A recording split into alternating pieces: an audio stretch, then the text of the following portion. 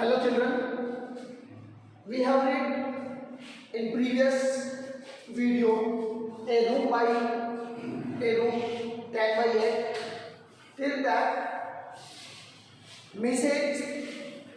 Malik and Mr. Malik. When government reconstructed the house, then Mr. Malik transferred from Delhi. In a while, Mrs. Malik's mother-in-law passed away. Her sister and her brother, only 2 persons in which family. Then we read that the next point that it continued.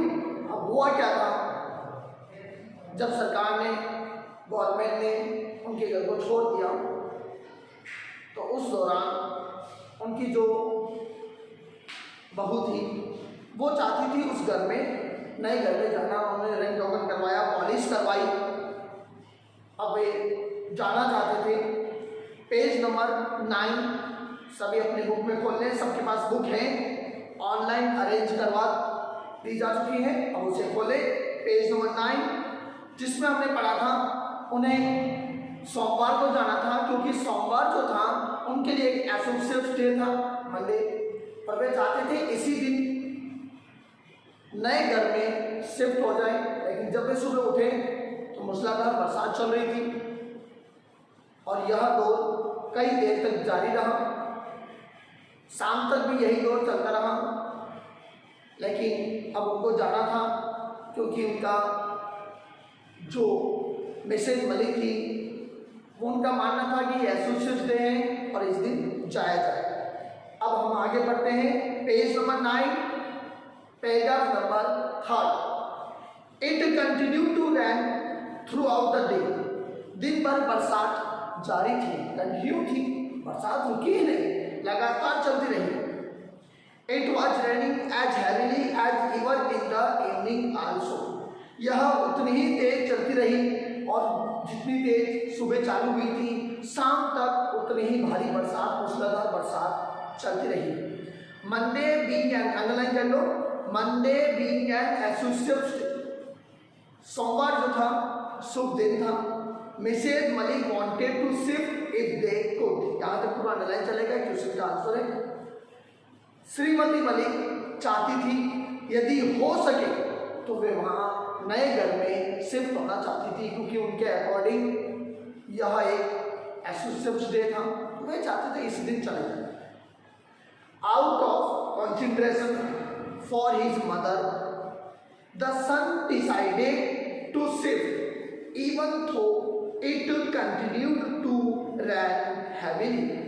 Out of consideration of his mother, अपनी माँ का ध्यान करते हुए, क्योंकि उसकी माँ का दिमाग में एक ही बात चल रही थी कि कैसे भी करके अगर पॉसिबल हो सके तो मंडे को ही जाया जाए। तो अपनी माँ का ध्यान रखते हुए, अपनी माँ की बात को मानते हुए उसके बेटे ने डिसाइडेड किया, निश्चय किया, टू शिफ्ट होने का, नए घर में जाने का। इवन थो, यद्यपि, it continue to rain heavily, यद्यपि बरसात लगातार जारी थी, फिर भी उसके बेटे ने चाहा कि जब मेरी माँ का मन ही है आज, वो इस दिन को ही शुभ मान रही है, तो कैसे भी करके आज प्रस्थान किया जाए। They sent for a taxi in addition to their own car and made a formal औपचारिक प्रस्थान उन्होंने किया। औपचारिक यानी कि थोड़ा बहुत सामान ले गए, सोचा कि बाद में बरसात तो होगी तो कल परसों जब भी जाना है चले जाएंगे, तो इसलिए क्या कह रहा है, दे सेंट फॉर का होता है बुलावा भेजना, अर्थात बुला लेना। क्या बुलाया, दे सेंट फॉर ए टैक्सी, उन्होंने टैक्सी बुलवा ली। इन एडिशन अलावा, टू देयर ओन कार, स्वयं की कार, उनके पास खुद की कार थी तो खुद की कार के अलावा उन्होंने एक टैक्सी अलग से बुलवा ली। And made a formal move, और एक औपचारिक प्रस्थान उन्होंने किया।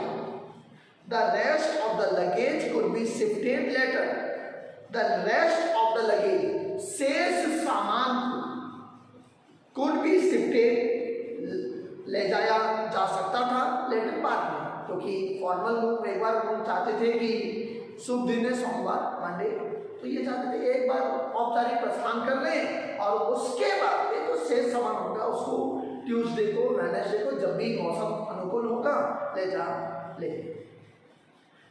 इट वॉज रेनिंग इनसेसेंटली, बरसात जो थी इनसेसेंटली का होता है कंटिन्यू, बिना रुके, बरसात बिना रुके जारी थी, चल रही थी। Sitting in the back seat of the car, Mrs Malik was lost in memory. Sitting in the back seat of the car की पीछे वाली सीट पर बैठे हुए श्रीमती मलिक वाज लॉस्ट, खो गई, कहाँ खो गई? इन मेमोरीज, पुरानी यादों में।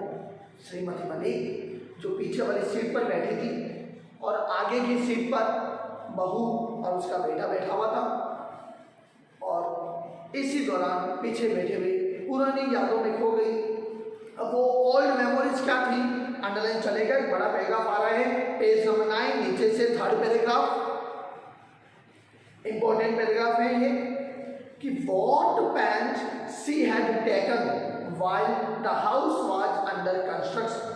पैंट का ऐसे तो अर्थ होता है दर्द, लेकिन यहाँ पैंट का अर्थ है मुसीबत, कि व्हाट पैंट, कितनी मुसीबतें, कितने कष्ट, शी हैड टेकन, उन्होंने उठाए थे, while the house was under construction, जब घर का निर्माण कार्य चल रहा था उस दौरान श्रीमती मलिक ने सोचा कि उन्होंने कितने कष्ट उठाए थे, क्योंकि कार की पिछली सीट पर बैठी हुई है और पुरानी बातें सोच रही है, ओल्ड मेमोरीज। तब उनके दिमाग में ये बात पहले, सबसे पहले यही पॉइंट आया कि जब अंडर कंस्ट्रक्शन था उस दौरान उन्होंने कितनी मुसीबतें उठाई थी। हमने कुछ पेज नंबर 8 पर फर्स्ट पैराग्राफ में हमने पढ़ा था कि सुबह जल्दी वो चली जाती थी, वहाँ मिस्त्रियों की, मजदूरों की हेल्प किया करती थी, कोई वेस्टेज ना हो इसका ध्यान रखा करती थी। उसी के आगे, यानी कि उस पैराग्राफ को हमने एक यूज किया था बड़े क्वेश्चन के रूप में, और उसी को हम आगे कंटिन्यू करते हुए यहाँ दोबारा अंडरलाइन करते हैं। The days when she missed her meals, उन दिनों में जब वह मील्स यानी भोजन, अपने भोजन को भी भूल जाया करती थी, भोजन भी चूक जाता था उनका, भोजन कर नहीं पाती थी, इतना वह अपने उस कंस्ट्रक्शन वर्क में उस साइड पर बिजी हो जाती थी। द डेज, अंडरलाइन चल रही है, the days she stood in the scorching heat of the sun supervising the work in progress। इस बात को हम पहले भी पढ़ चुके हैं। उसी के तहत the days, उन दिनों में जब कंस्ट्रक्शन काम चल रहा था ना, वो मेमोरी उनके दिमाग में आ रही है, वो कह रही है उन दिनों में she stood, वह खड़ी रहती थी, in scorching, scorching का अर्थ है झुलसाने वाली। क्या झुलसाने वाली? हिट यानी गर्मी, किसकी? ऑफ द सन, सूर्य की, सूर्य की झुलसाने वाली गर्मी में भी वह उन दिनों में खड़ी रहा करती थी। क्यों?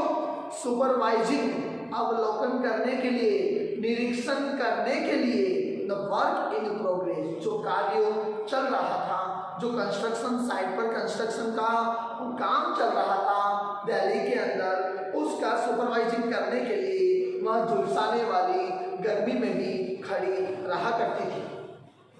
The days she was drenched in rain, उन दिनों में शी वाज ड्रेंच्ड, ड्रेंच्ड का होता है भीग जाना, ड्रेंच्ड इन रेन, उन दिनों में वह बरसात में भीग जाया करती थी, क्योंकि कभी गर्मी कभी बरसात, मौसम चेंज होता रहता है और कंस्ट्रक्शन का काम कोई एक दिन में या एक महीने में नहीं हो जाता, उसको साल भर कम से कम लग जाता है।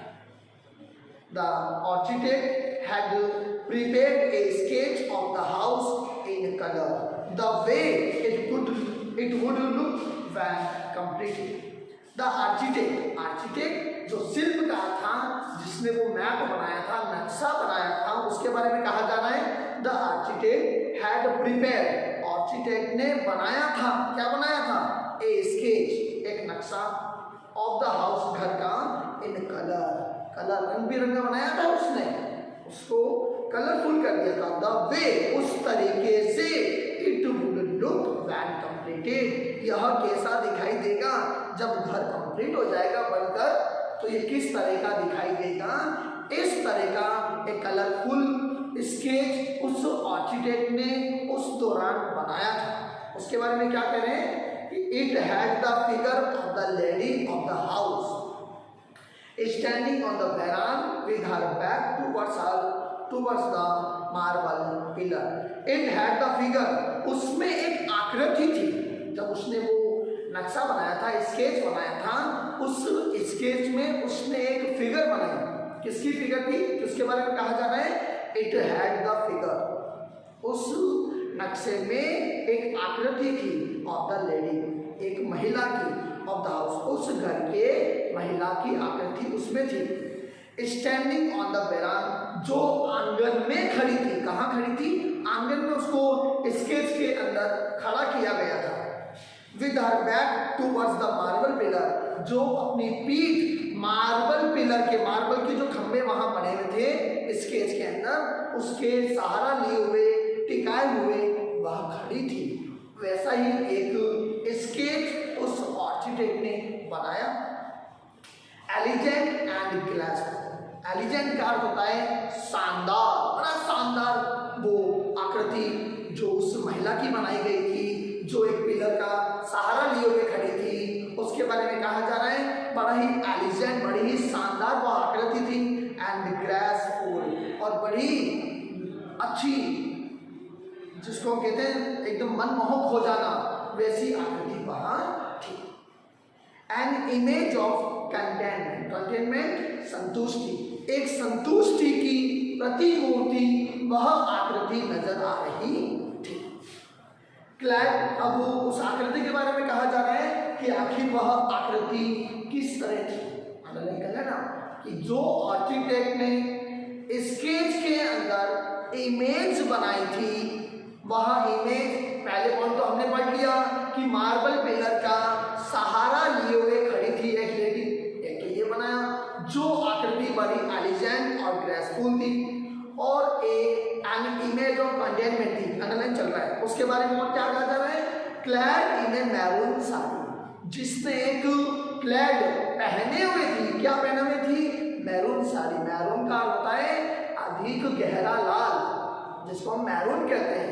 उसने उस आकृति में मैरून कलर की साड़ी पहनी हुई थी।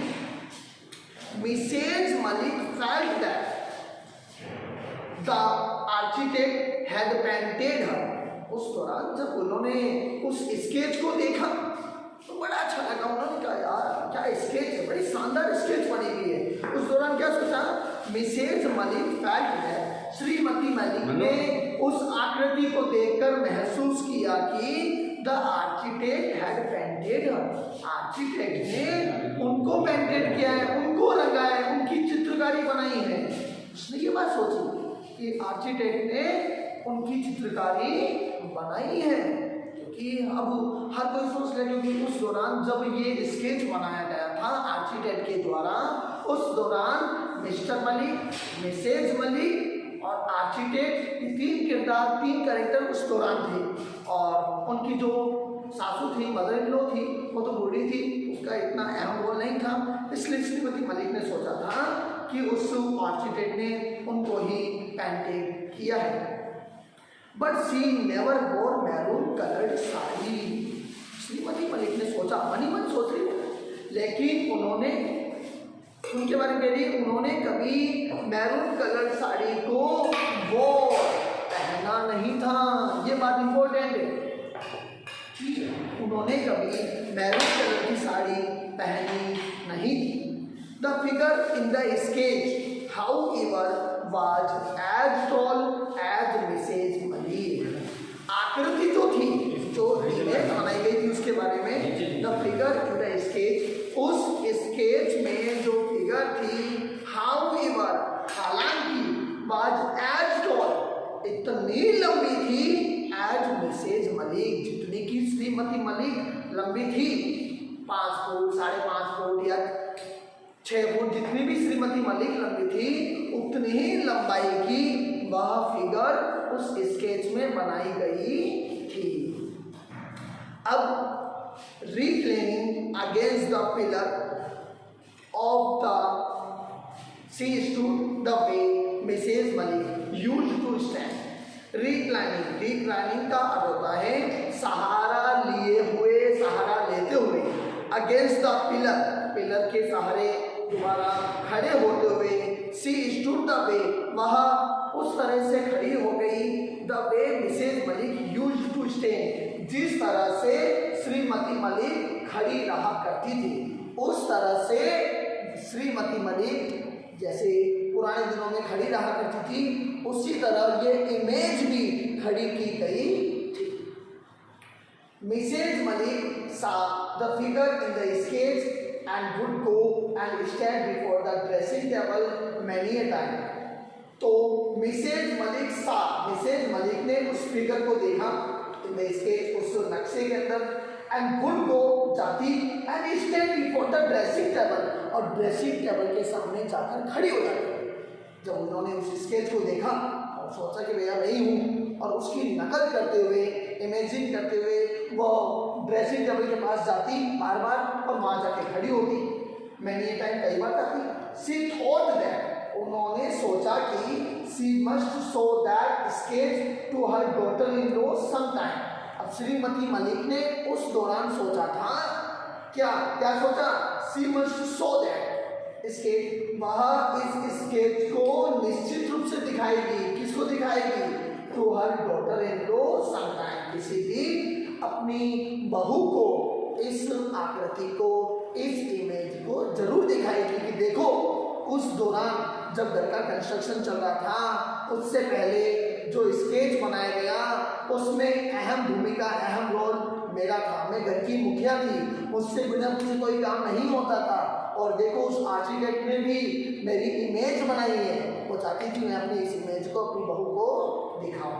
अब पेज समझना है नीचे से, second paragraph, her daughter in law was sitting on the front seat with her husband. हमने पढ़ा जब वो फॉर्मल मूव अपने कार में बैठ के रवाना हुए, श्रीमती मलिक पीछे की सीट पर बैठी थी और आगे की सीट पर उसका बहू और बेटा बैठे हुए थे। तो क्या होता है, हर डॉटर इन लॉ, उसकी बहू जो थी वह sitting on the front seat, आगे की सीट पर बैठी हुई थी विद हर हस्बैंड, अपने पति के साथ, अर्थात श्रीमती मलिक के बेटे के साथ। Moving the rear view glass of the car towards her, she started repainting her lips. Moving यानी घुमाना, क्या घुमाना, rear view glass, आगे वाले पीछे देखने वाला जो कांच होता है उसको अपनी तरफ घुमाकर उन्होंने क्या किया, towards her, अपनी तरफ घुमा दिया। She started repainting her lips, और उन्होंने अपने लिप्स पर रिपेंटिंग, पुनः रंगना शुरू कर दिया, अर्थात अपने होठों पर उन्होंने लिपस्टिक लगाना शुरू कर दिया, इसलिए उन्होंने उस कांच को अपनी तरफ घुमाया। Where was the need to paint the lips when they were going to their own house? ये श्रीमती मलिक ने सोचा, क्या सोचा, मन ही मन क्वेश्चन किया अपने आप से कि where was the need, कहाँ आवश्यकता थी, टू पेंट द लिप्स, होठों को रंगने की, when they were going to their own house, जबकि वे अपने स्वयं के घर ही जा रहे थे, तो उन होठों को रंगने की आवश्यकता कहाँ थी। At the most they would eat and then go to sleep, ज़्यादा से ज़्यादा वे जब घर जाएंगे तो खाना खाएंगे और सो जाएंगे, इतनी सी बात थी, क्योंकि शाम के टाइम तो ऐसे भी हो गया था। तो उन्होंने मन ही मन सोचा दोबारा होठों को रिपेंटिंग की आवश्यकता कहाँ थी। Strange are the ways of modern girls, एक प्रश्न भी आएगा कि जो मिसेज मलिक के व्यूज थे अपने बहू को लेकर, वो क्या थे, क्या सोच थी, क्या थिंकिंग थी अपनी बहू को लेकर, उससे रिलेटेड ये एक क्वेश्चन चल रहा है, थोड़ी अंडरलाइन कर लो। तो उन्होंने कहा strength are the ways of modern girl, modern girls आधुनिक लड़कियां। श्रीमती मलिक ने सोचा आधुनिक लड़कियां कितनी अजीब होती हैं। And how the girl talk, और लड़की किस तरह बातचीत कर रही थी अपनी बहू के बारे में सोचा उन्होंने। ये लड़की जो आगे सीट पर बैठी है मेरे बेटे के साथ, जो मेरी बहू है, वो किस तरह बातचीत कर रही है। ऐसी क्या बातचीत कर रही थी वो? सी बात जैबरिंग इनसेसेंटली, इनसेसेंटली का अर्थ होता है लगातार, और जैबरिंग का अर्थ होता है बड़बड़ाना, अर्थात वहाँ अपने लगातार बड़बड़ा रही थी, फालतू की बातें उसकी बहू करती जा रही थी। एक बात तो ये। दूसरी, why must she talk with her own husband in English, और वहाँ अपने स्वयं के पति के साथ अंग्रेजी में बातें क्यों कर रही है। इस बात से भी श्रीमती मलिक को प्रॉब्लम थी कि आजकल की लड़कियां कितनी अजीब होती है, इस तरह की बोलने की आवश्यकता कहाँ है, फालतू में अनावश्यक रूप से बड़बड़ कर रही है, और उसको मेरे बेटे के साथ अंग्रेजी में बोलने की आवश्यकता कहाँ थी। Last page of page number 9, Mrs Malik had not picked up English. Picked up का यहाँ अर्थ है सीखना, लर्न। तो श्रीमती मलिक अंग्रेजी नहीं सीख पाई थी, ये कमी थी। उसके अलावा she had failed in this only, failed का अर्थ है असफल होना, वह केवल इसी में, अंग्रेजी सीखने में ही असफल हुई थी। She had accomplished everything else in life, accomplished का अर्थ होता है पूरा करना, सफलता प्राप्त करना। She had accomplished everything else in life, उन्होंने जिंदगी में हर चीज को पूरा कर लिया था, हर चीज को उन्होंने प्राप्त कर लिया था, लेकिन सिर्फ एक ही कमी थी कि वह अंग्रेजी नहीं सीख पाई थी। ये बात थोड़ा अंडरलाइन कर लेना कि श्रीमती मलिक अपने लाइफ में क्या नहीं कर पाई थी या क्या नहीं सीख पाई थी, उसका आंसर होगा English. She learn ballroom dancing. Ballroom dancing क्या होता है? बड़े बड़े जो शहरों में बड़ी बड़ी जो पार्टियां होती है, वहाँ पार्टियों में जो डांस किया जाता है, उन डांस को बॉल रूम डांसिंग कहा जाता है। उन्होंने कहा कि उन्होंने उस बॉल रूम डांसिंग को भी सीख लिया था, लेकिन वह अंग्रेजी सीखने में सक्सेस नहीं हो पाएगी। अब हम आते हैं पेज नंबर 10 पर। तो अभी तक श्रीमती मलिक पीछे के सीट पर बैठी हुई है और अब अपनी बहू के बारे में, कभी खुद के बारे में सोच रही है। तो अब हम पढ़ते हैं आगे। Suddenly it occurred to Mrs Malik that maybe the figure painted by the architect was that of her daughter-in-law. अचानक it occurred, occurred का अर्थ होता है दिमाग में आना, मन ही मन सोचना। अचानक श्रीमती मलिक के दिमाग में आया कि maybe ऐसा हो सकता है, ऐसी पॉसिबिलिटी है। The figure painted by the architect, जो आकृति आर्किटेक्ट के द्वारा बनाई गई है, was that of her daughter-in-law, वह उसके बहू की भी हो सकती थी। ऐसा उन्होंने अचानक सोचा। ऐसा क्यों सोचा, उसका रिलेटेड क्वेश्चन आया हुआ है, तो अंडरलाइन कर लेना, आगे आएगा। हाउ कुड दैट बी, ऐसा कैसे हो सकता है। She was now ever on the sea when the plan of the house was prepared. श्रीमती मलिक ने सोचा कि हो सकता है उसकी बहू की आकृति हो, लेकिन ऐसे कैसे हो सकता था भाई, क्यों।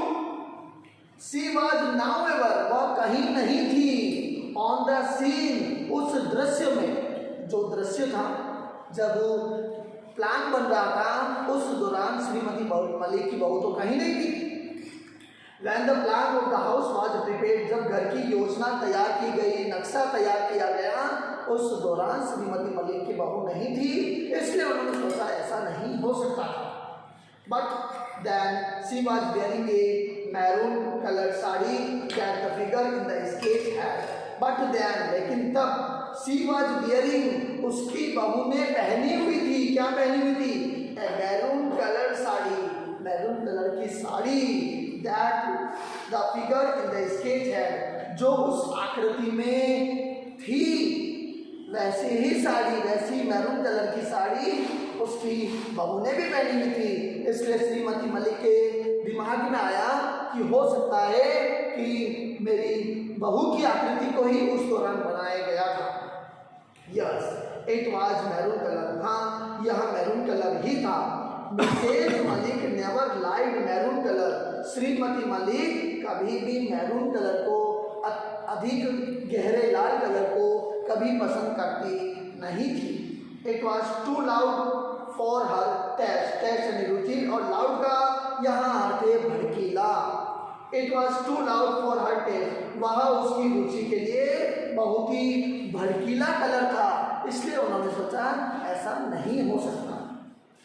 It was girls like her daughter in law who were fond of maroon colour. It was girls, यह उसके बहू जैसी लड़कियां थी जो मैरून कलर के साड़ी की फॉन्ड ऑफ थी, शौकीन थी। उसकी बहू जैसी लड़कियां ही हैं जो मैरून कलर की साड़ी को पहनती हैं।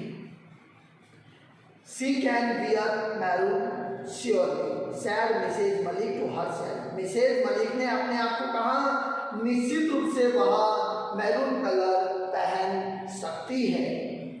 आई wish she could also work as hard as I did. उन्होंने अपने बहू के बारे में सोचा कि मेरी बहू निश्चित रूप से मैरून कलर पहन सकती है, लेकिन आई विश, मेरी इच्छा है, she could also work as hard as I did, वह भी उतना ही कठिन परिश्रम करे, कठिन मेहनत करे जितनी की मैंने की है। इस कंस्ट्रक्शन को करवाने में जितनी मेहनत मैंने की, मेरी इच्छा है, मेरी विश है, मेरी बहू भी उतनी ही मेहनत करे।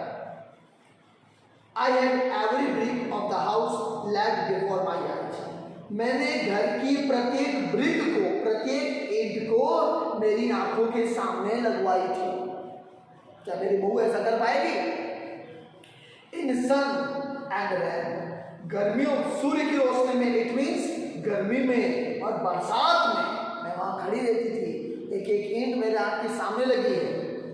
I stood on the side supervising the construction from early in the morning till late in the night.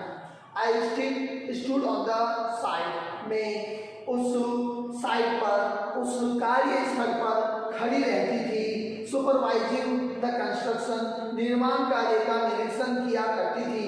From early in the morning, सुबह जल्दी से लेकर रात को लेट तक मैं वहाँ खड़ी रहती कार्यस्थल पर और निरीक्षण किया करती थी। Many a time I had the measure with mortar and bricks. कई बार मैंने सहायता की थी, किसकी? मिस्त्रियों की। किसमें? विद mortar, मसाला मिलाने में, एंड ब्रिक्स, और ईंटों में मैंने मिस्त्रियों की, मजदूरों की सहायता की थी। Many times I hold the rubber pipe and spread water on the plaster board. कई बार I hold the rubber pipe, मैं रबर के पाइप को घसीट कर लाई थी, खींच कर लाई, एंड स्प्रेड वाटर, और पानी छिड़का, on the plastered wall, plaster वाली दीवार पर मैंने पानी भी छिड़का। इतनी मेहनत मैंने की, क्या मेरी बहू इतनी मेहनत कर पाएगी? Page number 10, paragraph number 3। Then they reach the house, तब वे घर पहुंच गए। His son drove the car straight to the porch and her daughter-in-law jumped out of it, and there she stood reclining against the marble pillar on the veranda. Then they reached the house, तब वे घर पहुंच गए। His son drove the car straight to the porch.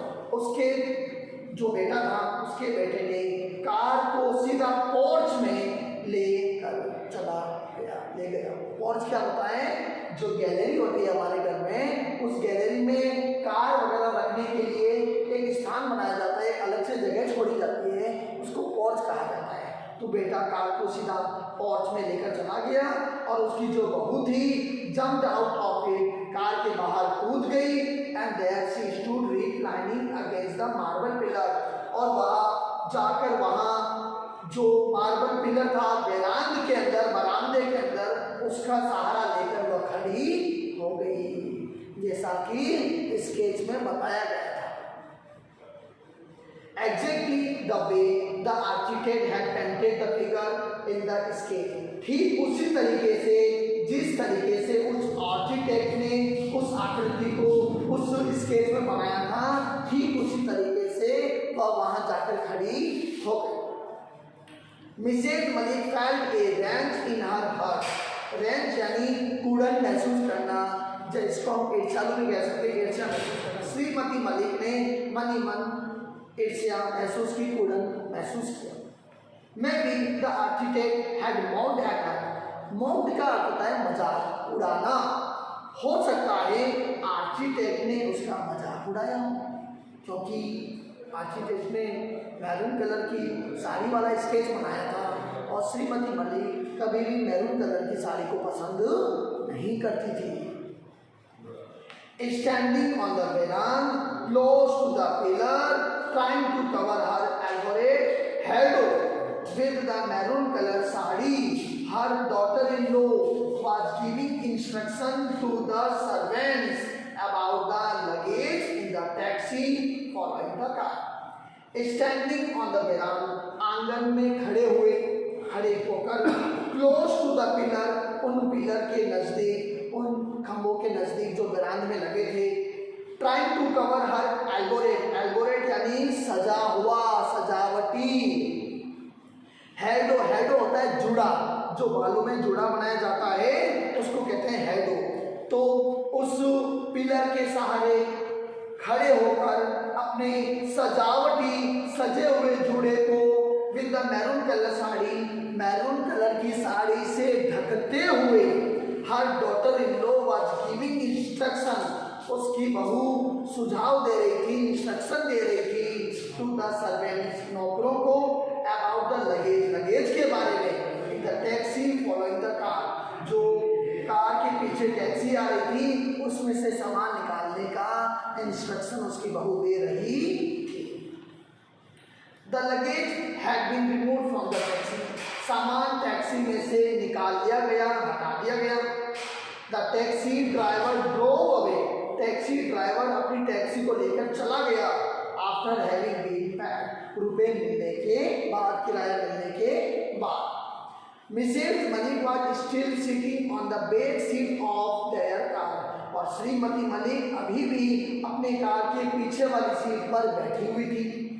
She had a strange sinking sensation, उसमें अजीब सी sinking sensation, बेहोशी वाला स्तर, जिसको हम नींद, क्या गहरी नींद कहते हैं, गहरी नींद उनके अंदर महसूस होती जा रही थी। Then her son and daughter-in-law entered the house, तब उसके बेटे और उसके बहू ने घर के अंदर प्रवेश किया। They put on the lights one by one, एक एक करके उन्होंने पुट ऑन का होता है जलाना, एक एक करके उन्होंने लाइटें जला दी। Every room was lit up, हर कमरा प्रकाशित हो गया। Mrs Malik looked on wide eye still sitting in the back seat of her car, Shrimati Malik आंखें खोलकर, चौड़ी चौड़ी आंखों से घूर घूर कर वहां देख रही थी, जो कि अभी तक कार की पीछे वाली सीट पर बैठी हुई थी। उस माँ की ओर, श्रीमती मलिक की ओर अभी भी किसी ने ध्यान नहीं दिया था। In the excitement, nobody seemed to have remembered to open the door for her the way it was done. In the excitement, उत्तेजना में किसी भी व्यक्ति ने प्रतीत नहीं हुआ, ध्यान देता हुआ प्रतीत नहीं हुआ, to have remembered to open the door, किसी को ये याद भी नहीं रहा उत्तेजना में कि उनको दरवाजा खोलना है। For her the way it was done, जैसा कि हमेशा किया जाता था, आज किसी को भी याद नहीं रहा कि उनकी माँ पीछे की सीट पर बैठी हुई है, उनका भी दरवाजा खोलना है। Suddenly her son thought of his mother, अचानक उसकी माँ, बेटे ने अपनी माँ के बारे में सोचा। He ran to the porch and opened the door, वह पोर्च तक दौड़ कर गया और उसने दरवाजा खोल दिया of the car. A drive in the evening always makes me go to sleep. शाम को यात्रा करने से मुझे हमेशा नींद जैसा आभास होने लगता है। The mother spoke in a whisper. धीरे धीरे फुसफुसाते हुए धीरे धीरे माँ ने बोला कि मुझे शाम को यात्रा करने से नींद जैसा, गहरी नींद जैसा एहसास मुझे होता है। Her daughter-in-law had also come. उसकी बहू भी बाहर आ चुकी थी। Everyone was laughing. हर व्यक्ति हंस रहा था। Mrs. Malik's daughter-in-law was standing against the marble pillar on the veranda. Shrimati Malik की बहू मार्बल पिलर के सहारे आंगन में खड़ी थी। She was trying to cover her head with her maroon color sari. वह अपने मैरून कलर साड़ी से अपने हेड होता है जुड़ा, अपने बालों के जुड़े को ढकने का प्रयास कर रही थी। I am not going to eat. मैं खाना खाने नहीं जा रही हूँ, अर्थात मुझे भूख नहीं है। I have no appetite. appetite का होता है भूख लगना, मुझे भूख नहीं है। said Mrs. मलिक, श्रीमती मलिक ने कहा I would like to sleep. मैं सोना पसंद करूँगी। The servants had laid dinner on the table. नौकरों ने मेज पर भोजन, रात का भोजन लगा दिया। Then you better retire to your room. तब अधिक अच्छा यही होगा तुम अपने कमरे में आराम करो। said the daughter-in-law pointing towards 10/8. daughter-in-law ने 10/8 वाले कमरे की ओर इशारा करते हुए कहा तब अधिक अच्छा यही होगा आप उस कमरे में जाके आराम करें जिस कमरे के बारे में उन्होंने, श्रीमती मलिक ने अपनी सास के बारे में सोचा था, आज उनकी बहू उन्हीं के बारे में वैसी अवधारणा अपने मन में बना चुकी थी कि मैं अभी अपनी सासू को इस कमरे में रखूंगी और बाद में उसे स्टोर रूम में बदल दिया जाएगा। And her son conducted Mrs Malik to it. और उसका बेटा कंडक्टेड यानी हाथ पकड़ के ले जाना, उसका बेटा भी अपनी माँ का हाथ पकड़ के ले गया। Holding her hand she was feeling terribly drowsy यानी नींद महसूस करना, और उसकी माँ श्रीमती मलिक बहुत अधिक नींद महसूस कर रही थी। मिसेज मलिक सुक हर हेड अगेन। श्रीमती मलिक ने दोबारा अपने सिर को हाँ में हिला दिया। But what was wrong with it, लेकिन इसमें गलत भी क्या था। Her husband had already gone. उसका पति तो पहले से जा चुका था, मर चुका था। श्रीमती मलिक ने सोचा इसमें क्या प्रॉब्लम है। शी वुड फॉलो हिम, वह भी उनका अनुसरण करेगी। One day she must do it, एक दिन निश्चित रूप से उन्हें भी ऐसा ही करना है। I thought it would be my mother in law's room and after her it might be converted into a store. श्रीमती मलिक ने उस दौरान सोचा था कि मैंने सोचा था it would be my mother in law's room, यह मेरी माँ का कमरा हो सकता है। माँ का मदर इन लॉ सासू माँ का कमरा हो सकता है। एंड आफ्टर और उनके बाद अर्थात जब उनकी डेथ हो जाएगी उसके बाद it might be converted into a store, इसे स्टोर रूम में बदला जा सकता है। These words re-echoed in Mrs. Malik's ears. यही सब दोबारा श्रीमती मलिक के कानों में गूंजने लगे कि जो मैंने अपनी सासू के बारे में सोचा था आज वही मेरी बहू मेरे बारे में सोच रही है। And then she heard her daughter-in-law comment, और तब उसने अपनी बहू को टिप्पणी करते हुए सुना, the house is otherwise very well plan, घर अन्यथा बहुत अच्छी तरीके से सुनियोजित किया गया है। It lacks only A store room, lakhs यानी कमी होना, इसमें केवल एक स्टोर रूम की कमी है। I would like to have a big enough store, मुझे एक बड़ा पर्याप्त स्टोर की आवश्यकता है। मिसेज मलिक हियर्ड, श्रीमती मलिक ने इस बात को सुना and she felt as if she was sinking deep and deep into a bottomless well, और उन्होंने महसूस किया कि जैसे कि वह सिंकिंग डूबती जा रही है, डीप एंड डीप गहरे और अधिक गहरे एक पैंदे रही कुएं में एक ऐसा कुआं जिसका अंत नहीं है, पैंदा नहीं है, ऐसे कुएं में लगातार डूबती जा रही है। जैसे उन्होंने इन शब्दों को सुना तो फ्रेंड्स हमने इस चैप्टर को आज कंप्लीट कर दिया और नेक्स्ट वीडियो में आप इस चैप्टर के क्वेश्चन आंसर कर पाएंगे। थैंक्स। इस चैनल को सब्सक्राइब करना न भूलें और आइकन बटन को जरूर दबाएं।